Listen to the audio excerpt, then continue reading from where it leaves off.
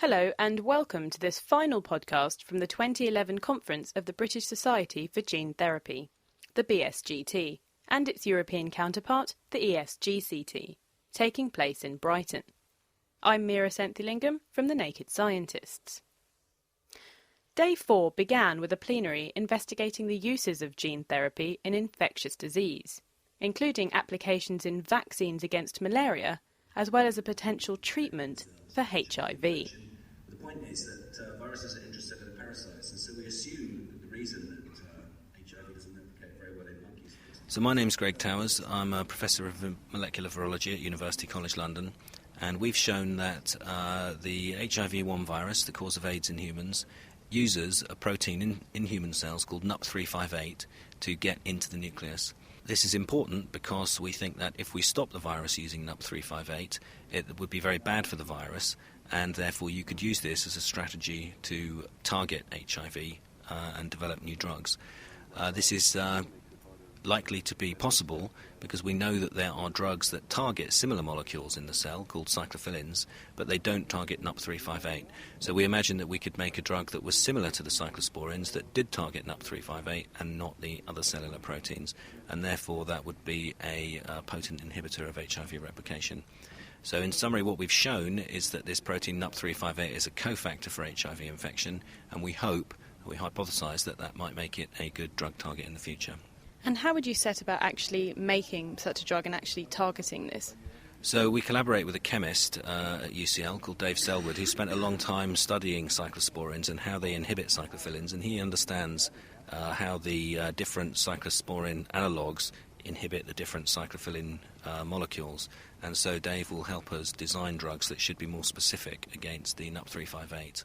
And are there any thoughts as to how effective this could be? We imagine it would be quite effective because normally the drugs that are used to treat HIV target the virus, whereas in this case it targets the cell, or the host proteins in the cell the virus uses. So it would be difficult for the virus to mutate and avoid those drugs in the way that it mutates and avoids the drugs that are currently in use in the clinic.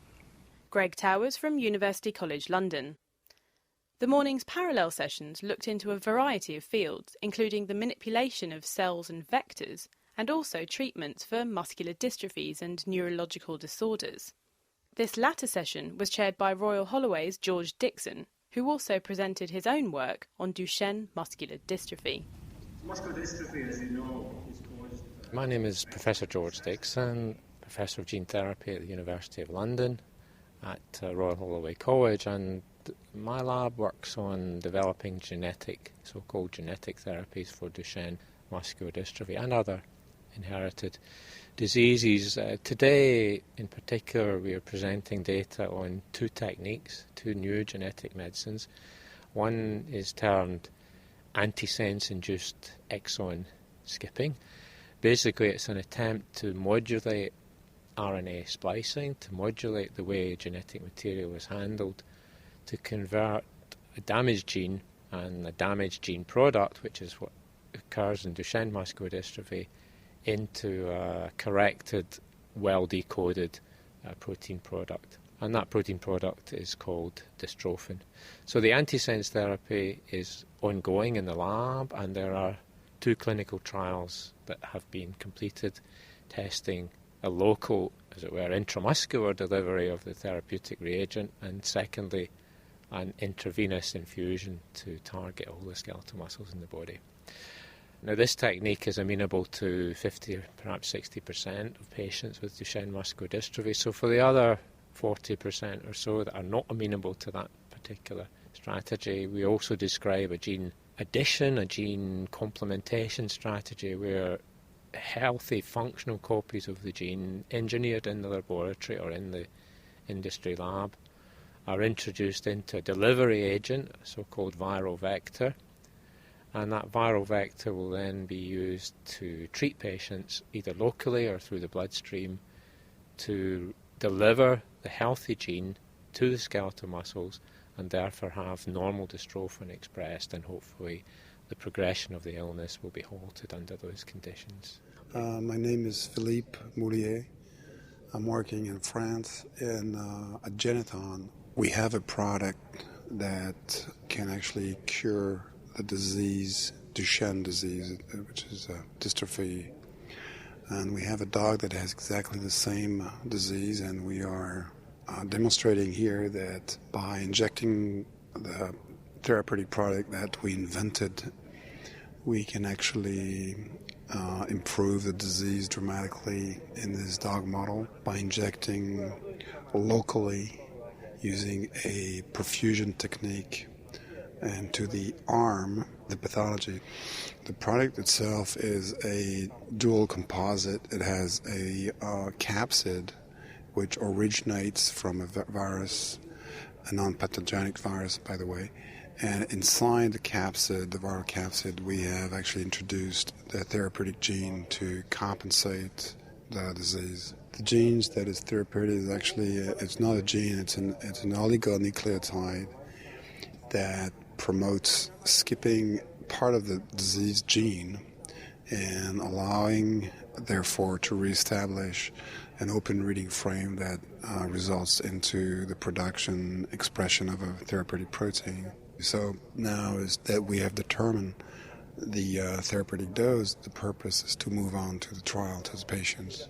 So my name is Maria Elena Vale. I work in the Institute of Psychiatry of King's College London in the MRC Centre for Neurodegeneration Research.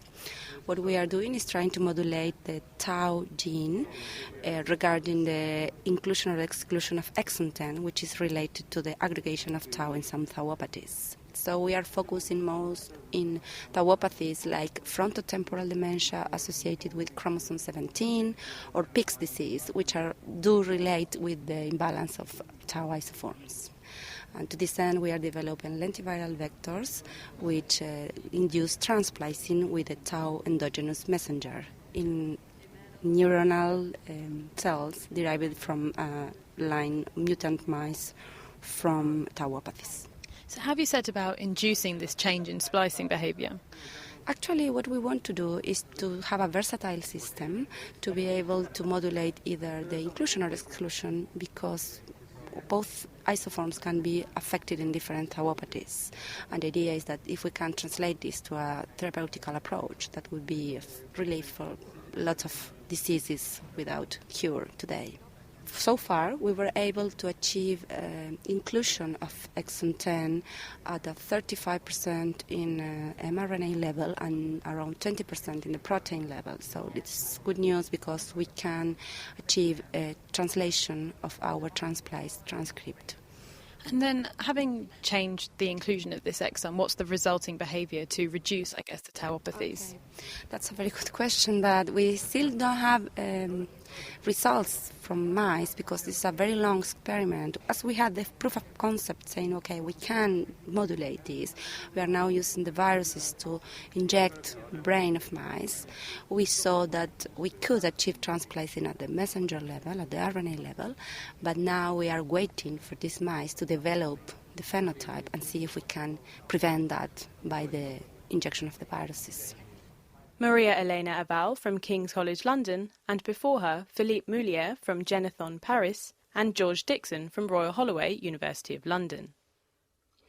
Now, the field of gene therapy is rapidly growing, with new methods of gene manipulation and delivery constantly being looked into. This potential for emerging technologies and the best ways to deliver DNA into a target gene and get it to stay there and be expressed was the topic of discussion in the afternoon plenary. What we understand about basic virus-host interactions and how we can use that knowledge to develop vectors. So that I'm Matthew Weitzman. I'm at the Center for Cellular and Molecular Therapeutics, which is at the Children's Hospital of Philadelphia and the University of Pennsylvania. And I just moved my lab from the Salk Institute in California. During my time at the Salk, I've been interested in how do viruses respond to foreign DNA delivered by viruses and viral vectors. In order to understand how we can use viruses to deliver genes to try and treat disease, it's important to understand what the response is to the actual nucleic acid delivered by the virus into the cell. And which particular viruses then have you been focusing on? So we've been focusing on human DNA viruses, and those human DNA viruses that we work on, which are adenovirus, herpes virus, and AAV, which is a small parvovirus, all deliver their genomes, their nucleic acid, into the nucleus of the cell. And we think it's important that in the nucleus of the cell is already a genome, our host genome, and these two genomes are now in conflict.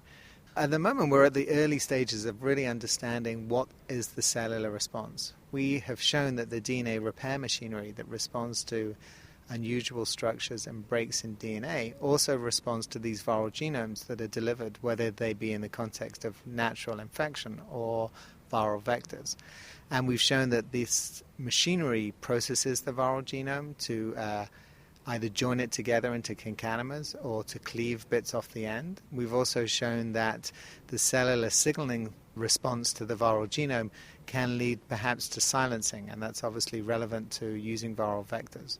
And then I think a very exciting thing that's emerging now in the field is the ability to do genome engineering, where we use bits of DNA to actually engineer and change the host genome, and understanding the principles of how viruses are recognized by DNA repair processes will allow us to, we think, use those machineries in a better way to do genome engineering. So essentially exploit them for your benefit.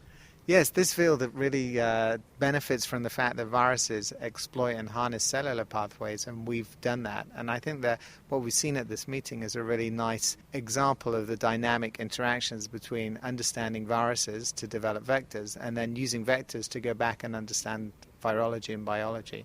And the two really lead each other, stepping over each other to improve the system. So it may seem paradoxical in a way that we're beginning to work on gene correction at a time when gene addition strategies are finally achieving meaningful clinical results. So my name is Kathy High, and I am an investigator of the Howard Hughes Medical Institute at the Children's Hospital of Philadelphia and a professor at the University of Pennsylvania School of Medicine. And our laboratory has had longstanding interest in gene therapy strategies for the treatment of hemophilia. We have carried out gene replacement therapy in mice, in hemophilic dogs, and in people with severe hemophilia B. But one could postulate that the next generation of gene replacement is actually gene correction. So instead of giving an extra copy of the gene, if there were a method to go into the human genome, find the specific site where the mutation was, and restore a normal sequence there, that would then leave a normal copy of the gene under the control of all the normal regulatory sequences on either side of it, and would do all this without the risk of integrating a foreign piece of DNA into the genome at some random location, which is essentially what we do now with gene replacement therapy.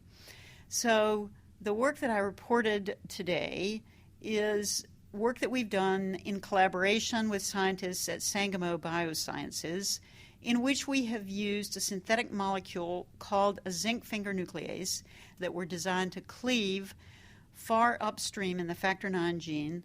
The zinc finger nuclease introduces a double-stranded break in the gene at just that site, and then we add a donor sequence that comes along and is used as a template to repair the double-strand break using mechanisms that the cell has in place to maintain the integrity of the genome. So as soon as there's a break there, these mechanisms are activated, and if there's a normal donor sequence that the DNA can pattern off of to repair the break, then that'll be utilized, and you can install a correction in at least a percentage of the cells. And so we were able to show that by introducing the zinc finger nucleases and the donor sequence using an AAV vector into the livers of hemophilic mice, that we could correct them and restore improved hemostasis at a clinically relevant level in the hemophilic mouse model.